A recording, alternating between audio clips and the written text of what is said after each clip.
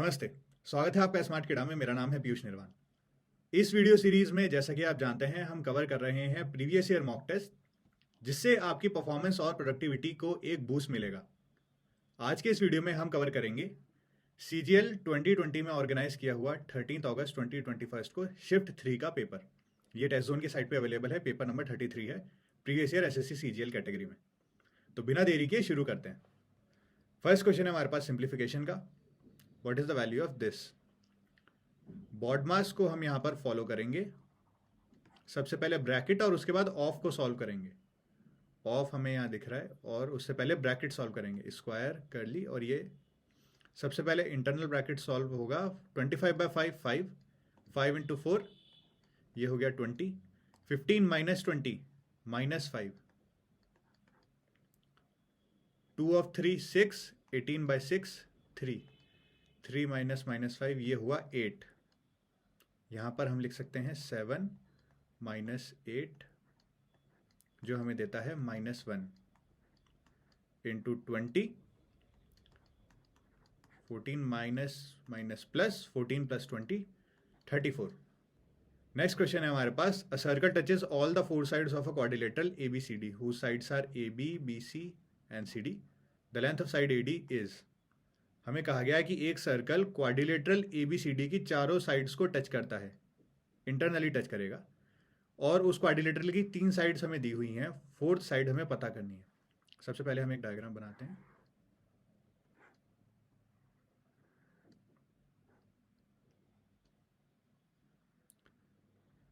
यहां पर हम A, B, C और ये D, AB, BC, CD, DA। हमें यहां पर AD फाइंड आउट करनी है। बाकी तीनों साइड्स दी हुई हैं। जैसा कि हमें पता है, एक पॉइंट से अगर किसी सर्कल पे टेंजेंट्स ड्रॉ करी जाए तो ये दोनों बराबर होंगी।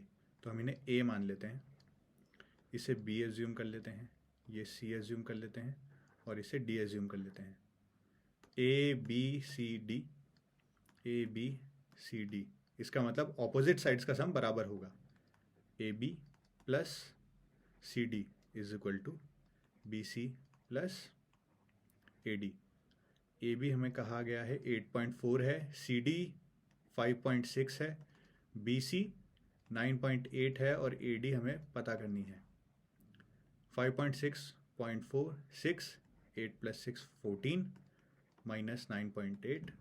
AD आ जाता है यहाँ से 4.2, ऑप्शन बी। अगला क्वेश्चन है हमारे पास। ये आइडेंटिटी दी हुई है और इसकी वैल्यू पूछी है। A माइनस बी का होल क्यूब होता है A cube minus B cube minus 3AB A minus B। अगर हमें ये फाइंड आउट करना है तो इसको इधर शिफ्ट कर देंगे। 2x cube minus 1/x cube, इसे हमने इस फॉर्म में लिख दिया A cube minus B cube. ये हो जाएगा 2x माइनस 1/x का whole cube plus 3 into 2x into 1/x multiplied by 2x minus 1/x। यहाँ पर हमें 2x माइनस 1/x की वैल्यू फाइंड आउट करनी है, जो यहाँ से फाइंड आउट होगी। x अगर हम कॉमन ले लें तो 2x minus 8 minus 1/x is equal to 0। या तो ये 0 होगा या ये 0 होगा। तो यहाँ से हमें वैल्यू मिल जाती है 2x minus 1/x is equal to 8। 8 की वैल्यू हम यहाँ पर 2x माइनस 1/x की वैल्यू यहाँ पर लिख देते हैं 8 cube plus 3 into 2 into 8। x हो गया कैंसिल। 8 को कॉमन लेते हैं, 64 प्लस 6 ये हुआ 70 into 8 560 is the answer. Next question है। A, B and C divide a certain sum of money among themselves. Average of the amounts with them is 4520. A, B, C कुछ amount उनके बीच में divide करते हैं जिसका average है 4520। Share of A is this percent more than share of B and this percent less than share of C। A का share इतना percent ज़्यादा है B से और इतना परसेंट कम है C से। तो B का शेयर कितना होगा? सबसे पहले तो इसे हम लिखते हैं 32/300, 8/75। तो A/B हम लिख सकते हैं 1 + 8/75 और 83/75। यहाँ से हम A, B और C का रेशियो लिखते हैं 83/75 ए जो है, ए का शेयर है 1/3 कम सी से, यानी सी का 3 होगा तो ये 2 होगा। इसे 2 से मल्टीप्लाई करते हैं, इसे 83 से मल्टीप्लाई करते हैं, ताकि रेशियो जो है वो कंपेरेबल हो जाए। ये दोनों का रेशियो दोनों में कॉमन है, तो कंपेयर करने के लिए इन दोनों को हम बराबर करेंगे। 166, 150 और इसे मल्टीप्लाई करेंगे 39, 38, 24। अब हम इन सबको ऐडअप करेंगे। 5, 6, 4, 10, 15, 16 और ये 4, 5। शेयर ऑफ बी कैलकुलेट करने के लिए 150 divided by 565 into average amount है 4520, तो टोटल अमाउंट हुआ 3 इंटू 4520। इसे हम लिख सकते हैं 5 इंटू 113। ये हमें साफ दिख रहा है 40 होगा, और ये 8 टाइम्स 8 इंटू 150, इसे लिख सकते हैं 300 इंटू 4 यानी 1200, और 1200 into 3 3600। Option C is correct. अगला क्वेश्चन है हमारे पास ट्रिग्नोमेट्री का। अगर ये वैल्यू दी हुई है और थीटा का ये रेस्ट्रिक्शन है, तो इसकी क्या वैल्यू होगी। यहाँ पर हम सीधे 3 into sine by cos is equal to 2√3 sine. Cos की वैल्यू यहाँ से आ जाती है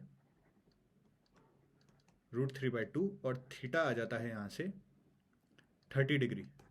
30 डिग्री को यहाँ पुट कर देते हैं, तो 2 sine square 60 minus 3 cos square 90, ये हुआ 0।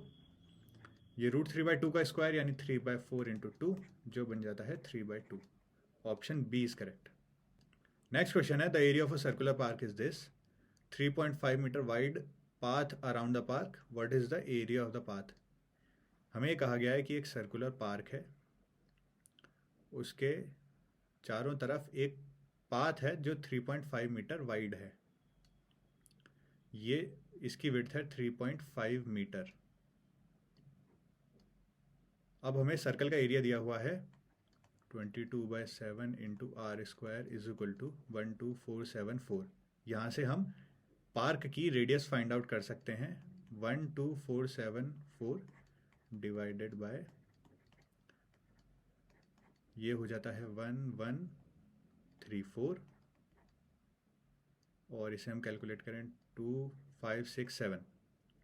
7 हमें यहाँ दिख रहा है, 7 इंटू 7 81, तो आर यहाँ से आ जाता है 63। ये 9 का स्क्वायर और ये 7 का स्क्वायर, ये हो गया हमारे पास 63, और ये रेडियस हमारे पास हो जाएगी 66.5। इस पाथ का एरिया अगर हमें निकालना है, तो इस बड़े सर्कल में से इस छोटे सर्कल का एरिया हम माइनस कर देंगे, तो बचा हुआ ये पाथ का एरिया हो जाएगा pi R square minus pi R square. Pi को कॉमन ले लेते हैं 22/7 into R square minus R square को हम लिख सकते हैं आर प्लस आर और R minus R. R plus R यहाँ से हो जाएगा 129.5, और आर माइनस आर तो हमें पता है 3.5। 3.5 को लिख देते हैं 7/2।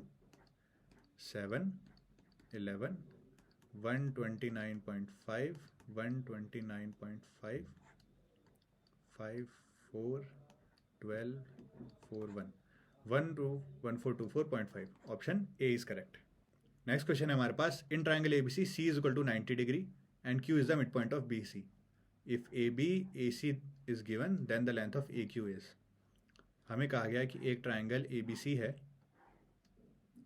जिसमें सी जो है वो 90 डिग्री है, क्यू जो है वो बी सी का मिड पॉइंट है, ए बी हमें दिया हुआ है 10 सेंटीमीटर, ए सी दिया हुआ है 2√10 सेंटीमीटर। तो हमें पूछा गया है कि ए क्यू की लेंथ कितनी होगी। ये पाइथागोरस थ्योरम, ये सिंपल क्वेश्चन है कि पहले हम इसे फाइंड आउट करेंगे पाइथागोरस से, इसका हम हाफ कर देंगे यहाँ पे क्योंकि ये मिड पॉइंट है, और यहाँ से फिर ये लेंथ फाइंड आउट हो जाएगी। इसका स्क्वायर हम लिख सकते हैं 100, इसका हम लिख सकते हैं 4 इंटू 10 40, तो यहाँ से ये कैलकुलेट होके आ जाता है 60। 60 का अंडर रूट, इसका स्क्वायर आ जाता है 60, और इसका अंडर रूट हम करेंगे तो आएगा 2√15। 2√15 का हाफ ले लेते हैं तो सी क्यू आ जाता है √15। अब इसका स्क्वायर प्लस इसका स्क्वायर यानी 40 प्लस 15 हो जाएगा हमारे पास 55 और उसका अंडर रूट हो जाएगी ए क्यू की लेंथ। Option A is correct.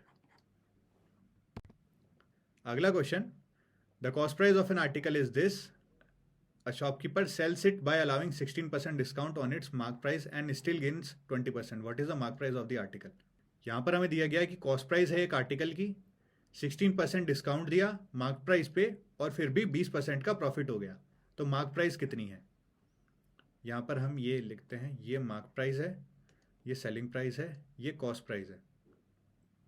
कुछ प्रॉफिट पे बेचा है, प्रॉफिट है यहाँ पर 20% और डिस्काउंट है 16%। प्रॉफिट 20% है तो cost price by selling price का रेशियो हो गया 5:6 और ये 16% डिस्काउंट है यानी 84:100 और इसे हम लिख सकते हैं 21:25। अब इसे पूरा रेशियो कैलकुलेट नहीं करने की ज़रूरत है, हमें कॉस्ट प्राइस दी गई है 280 से सेलिंग प्राइस निकालने के लिए 280 इंटू 6/5 इस डायरेक्शन में बढ़ते हुए और अब इस डायरेक्शन में बढ़ते हुए इंटू 25/21 5 3 2 7 40 और ये हुआ 400। Option A is correct. A and B can do a certain work in 18 days and 30 days respectively. They work together for 5 days. C alone completes the remaining work in 15 days. A and C together can complete 5/6 part of the same work in.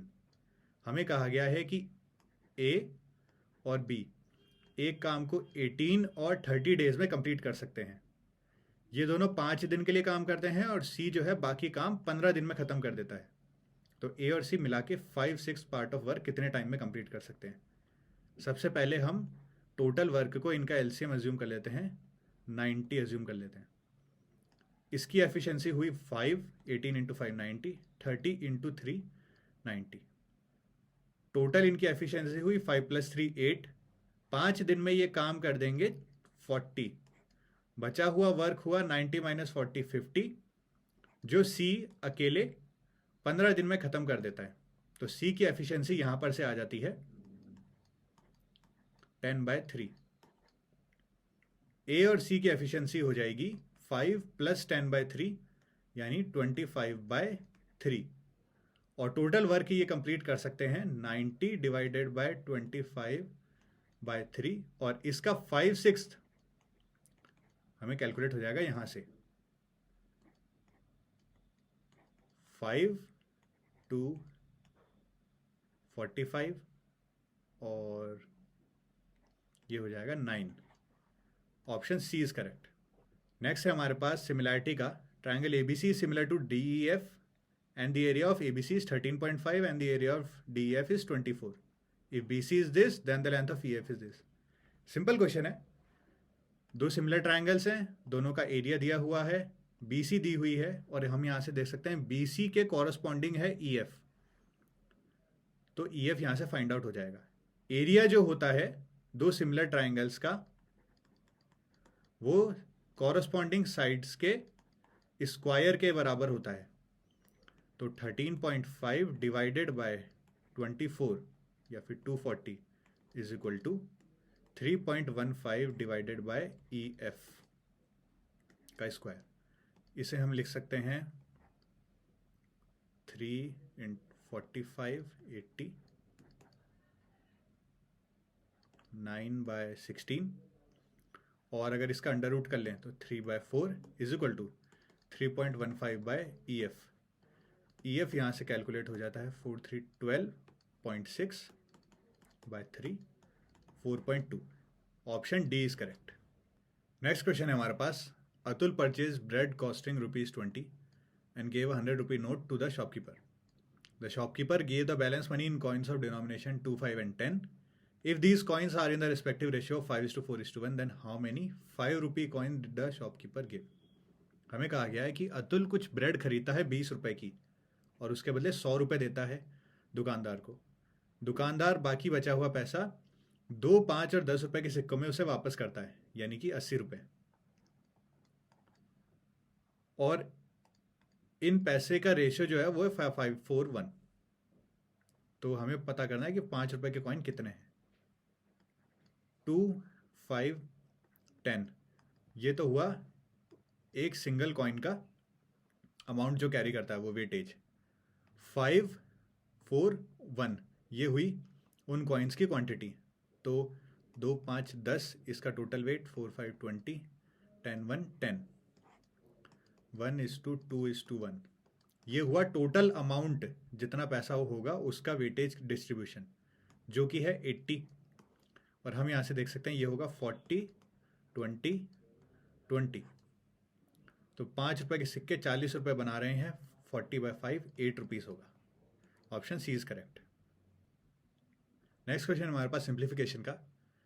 90 divided by 120, तो ये हो जाता है 3/4 into, पहले यहाँ पे bracket solve करेंगे। 3 - 8 आता है -5, 3 × 2 6, 6 -5 plus 11, 4 of 11 44, 11/44 1/4 divided by 9 divided by 3 3 3 × 2 6 divided by 6 को लिख सकते हैं into 1/6, 2 16 32। Option B is correct, 1/32। Next question है हमारे पास। The average of 11 numbers is 56, average of first 3 numbers is 52 and that of next 5 numbers is 60. 9th and 10th number are 3 and 1 more than the 11th number. What is the average of 9th and 11th number? 11 numbers का average 56 है, first 3 numbers का 52 है, अगले 5 number का average 60 है। 11th number के comparison में 9th number और 10th नंबर 3 और 1 ज़्यादा है, तो एवरेज क्या है 9th और 11th नंबर का। इसको सिंपल कैलकुलेशन करके हम कर सकते हैं, या फिर हम ये देख सकते हैं कि 11 नंबर का एवरेज है 56, 3 नंबर का एवरेज जो है ये -4, इसका मतलब यहाँ पर आया -12 का डेविएशन, 3 × -4, 60 ये है +4 का डेविएशन जो 5 नंबर के साथ आएगा, यानी +5 × 4 20, ये है +8 का डेविएशन, तो बाकी 3 नंबर मिला के -8 का डेविएशन रखेंगे। 11th नंबर को x मान लिया जाए, 9th नंबर को x + 3 और 10th नंबर को x + 1, तो ये होना चाहिए 3 × 56 - 8, 18 6 -8, 3x + 4 होगा 160, x हो जाएगा 156/3 52। ये हुआ 11th नंबर 52। 10th नंबर हमारे पास यहाँ से आ जाएगा 52 + 1 53, 9th आ जाएगा 52 + 3 55। हमें एवरेज कैलकुलेट करना है इन दोनों का, ये आ जाएगा 53.5, इनके बीच का डिफरेंस है 3, तो 1.5 इसमें ऐड कर देंगे। यहाँ पर गलती होने की चांसेस हैं कि आप इन दोनों का एवरेज कैलकुलेट कर दें, जो क्या आएगा 54, और ऑप्शन में भी दे रखा है। आंसर सही होगा 53.5। Radii of two concentric circles are 12 and 13 centimeter. AB is the diameter of the bigger circle. VD is a tangent to a smaller circle touching it at D. Find the length of AD. हमें कहा गया कि 2 concentric circles हैं जिनका centre same होता है और उनकी रेडियस हमें दी हुई है।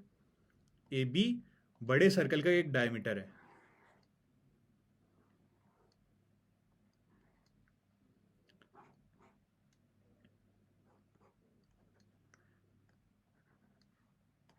AB बड़े सर्कल की एक डायमीटर है, BD जो है वो टेंजेंट है स्मॉलर सर्कल पे, तो हमें फाइंड आउट करना है लेंथ ऑफ AD कितनी होगी।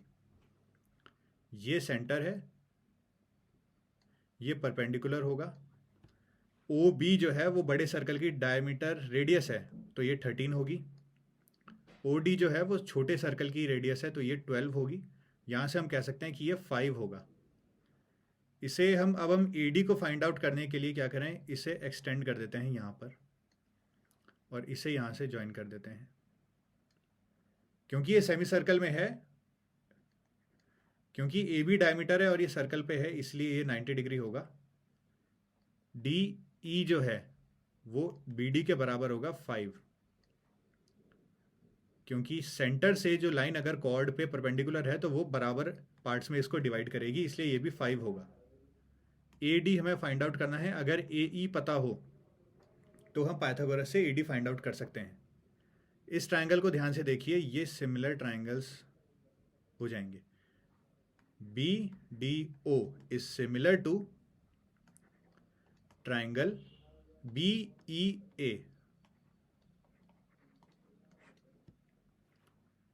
5 तो ये 1:1 का रेशियो है, तो ये 1:2 का रेशियो होगा 12/24। सो यहाँ पर से हमें ये पता लगेगा 24 है, ये 5 है। इनका स्क्वायर का सम करेंगे 576 + 25 √601 जो है वो लेंथ आएगी ए डी की। 601 का √24 से ज़्यादा 25 से कम होगा, 24.5 होगा answer. Option A is correct. Next question है हमारे पास a train running at speed of 40.5 km/h takes 24 seconds to cross a pole. How much time will it take to cross a 450 metre long bridge. एक train है जिसकी speed इतनी है, 24 seconds में वो एक पोल को क्रॉस कर जाती है। अगर ट्रेन पोल को क्रॉस कर रही है तो वो अपनी लेंथ को ही ट्रैवल कर रही है। यहाँ से हम ट्रेन की लेंथ कैलकुलेट करते हैं। 40.5 को लिख देते हैं 81/2 km/h। मीटर पर सेकंड में इसको कन्वर्ट करने के लिए इंटू 5/18, ये हुई ट्रेन की स्पीड, इंटू 24 सेकंड करने से हमें आ जाती है ट्रेन की लेंथ कितनी होगी। 2/3 270 मीटर आ जाती है ट्रेन की लेंथ। 450 मीटर लॉन्ग ब्रिज है तो टोटल डिस्टेंस हुआ 720। टोटल टाइम हो जाएगा 720 डिवाइडेड बाय ट्रेन की स्पीड 81 × 5 डिवाइडेड बाय 2 × 18।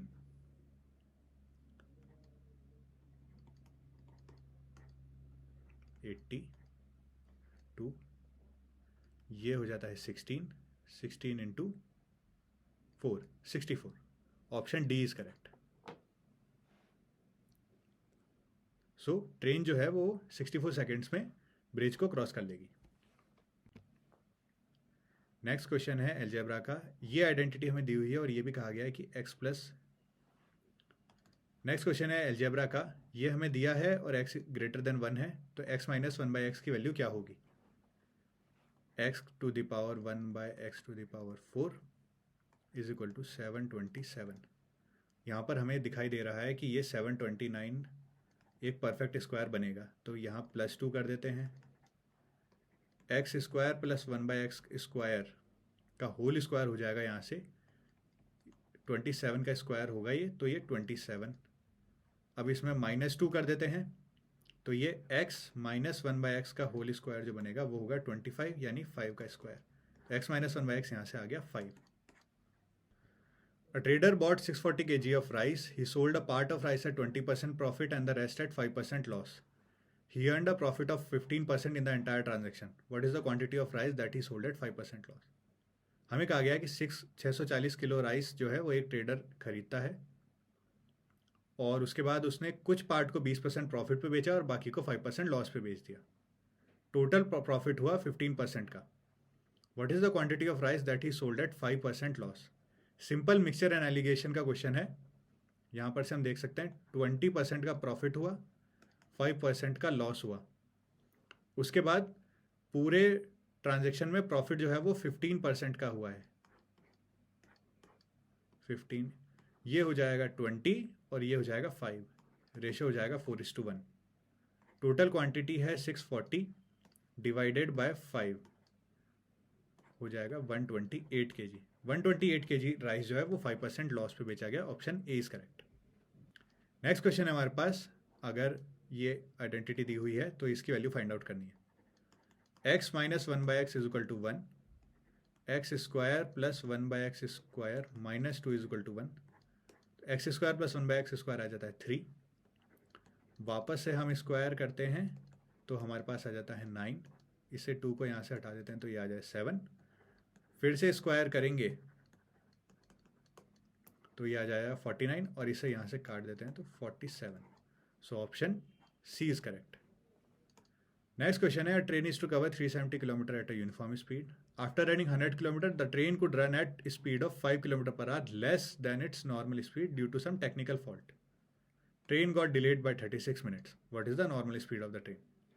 एक ट्रेन 370 किलोमीटर कवर कर सकती है अपनी यूनिफॉर्म स्पीड पे, लेकिन 100 किलोमीटर कवर करने के बाद उसकी स्पीड अगर 5 किलोमीटर कम हो जाती है 5 किलोमीटर पर आवर से किसी टेक्निकल फॉल्ट की वजह से, तो वो ट्रेन 36 मिनट्स लेट हो जाती है. तो नॉर्मल स्पीड क्या है ट्रेन की? 370 by S is equal to T. अगर 100 किलोमीटर वो नेचुरल स्पीड से नॉर्मल स्पीड से चलता है और उसके बाद ट्रेन की स्पीड कम हो जाती है, s माइनस 5 हो जाती है, तो टाइम हो जाएगा t प्लस 36 बाय 60. t को यहाँ से हम लिख देते हैं 370 बाय s. इसको हम लिख देते हैं 270 divided by s minus 5 minus 270 by s. इसको अगर यहाँ पर ले आएंगे तो ये हो जाएगा माइनस, और ये हो जाएगा 6 बाय 10. इसे कैलकुलेट करेंगे, 270 को कॉमन लिया, s minus S plus 5, s into S minus 5 is equal to 6 by 10. s into S minus 5 is equal to 270 into 5 into 10 by 6.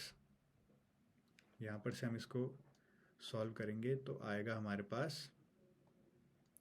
5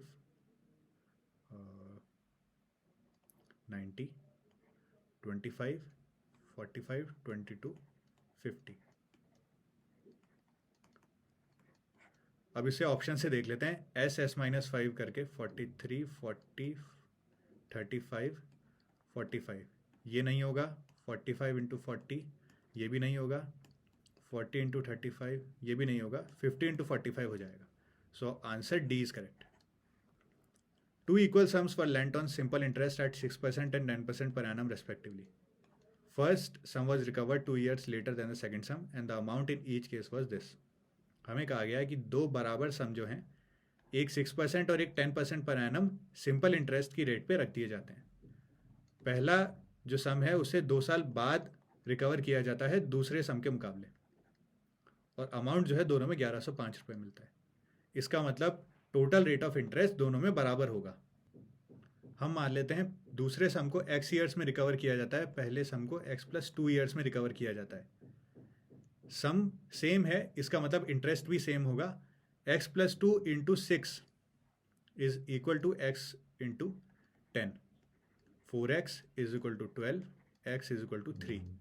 second sum को 3 ईयर्स में रिकवर किया गया है, इसका मतलब 130% जो है वो है 1105. ये अमाउंट है. 100% हमको फाइंड आउट करना है, तो ये हो जाएगा 1105 डिवाइडेड बाय 1.3. जो हम कैलकुलेट करेंगे ये आएगा 1105 बाय 13 इंटू 10,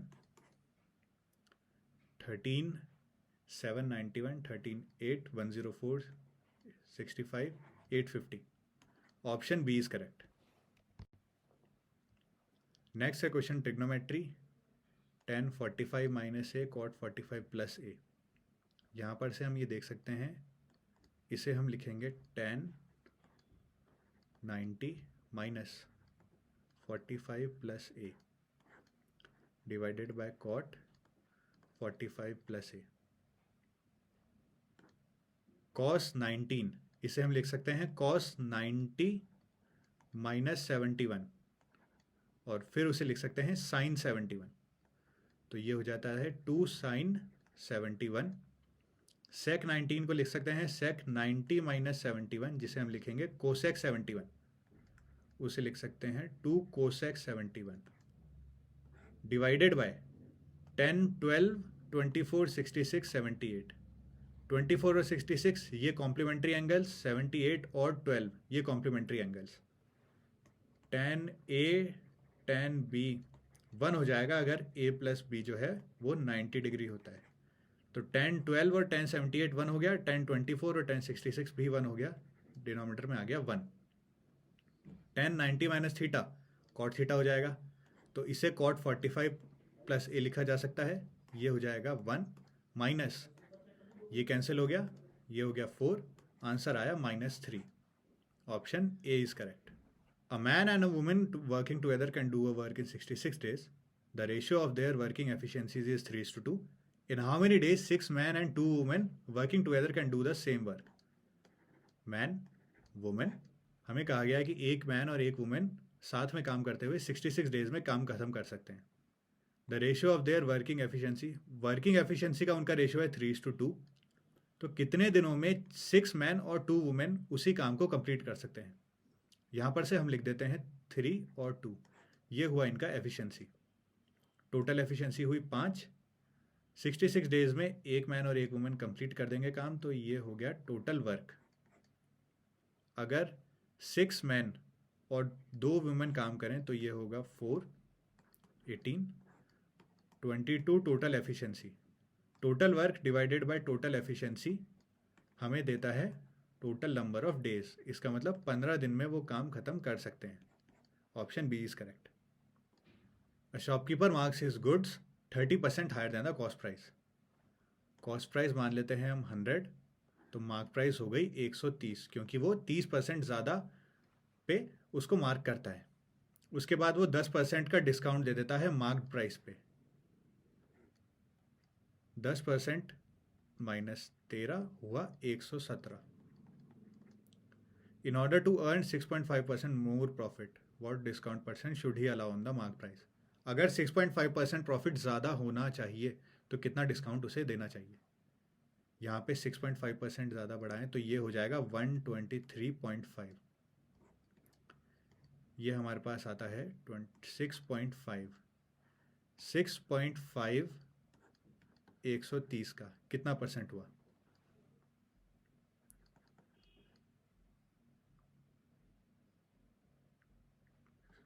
10, 2, ये हो जाता है 5. Option D is correct. Next question पे बढ़ते हैं. Find the greatest value of B so that 30a68b is divisible by 11. 30a68b 3a806b. 3811 plus a और 6 प्लस b. a b से बड़ा है तो ये डिफरेंस हो जाएगा 5 प्लस a माइनस b. अगर ये 11 से डिविजिबल होना चाहिए तो या तो a माइनस b नेगेटिव, वो नेगेटिव हो नहीं सकता, तो ये होना चाहिए 6. a को मैक्सिमम हम रख देते हैं तो b भी मैक्सिमम आ जाएगा. a को अगर 9 रख दिया जाए तो b आ जाएगा 3, तो b की मैक्सिमम वैल्यू हो जाती है 3 यहाँ से. If 3 sec theta plus 4 cos theta minus 4 root 3 is equal to 0, where theta is an acute angle, find the value of theta. हमें ये ऑप्शंस दिए हुए हैं. अब 20 तो नहीं होगा क्योंकि उसके साथ वैल्यू बहुत अजीब सी आ जाती.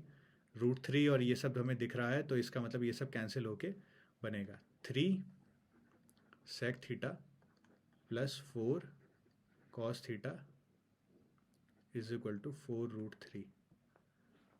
cos थीटा 60 डिग्री पे 1/2 होता है, 30 डिग्री पे रूट 3/2 होता है और 45 डिग्री पे 1/√2 होता है. इससे रूट 3 नहीं आएगा, इससे भी नहीं आएगा, तो डायरेक्टली हम वैसे 30 डिग्री टिक कर सकते हैं, लेकिन कैलकुलेट कर लेते हैं कंफर्म करने के लिए. 4 इंटू कॉस थीटा हो गया हमारा रूट 3/2 और ये हुआ रूट 3/2. ये हुआ 2 रूट 3, ये हुआ 2 रूट 3, तो 4 रूट 3 आंसर है. इसका मतलब सही आंसर होगा ऑप्शन बी 30 डिग्री.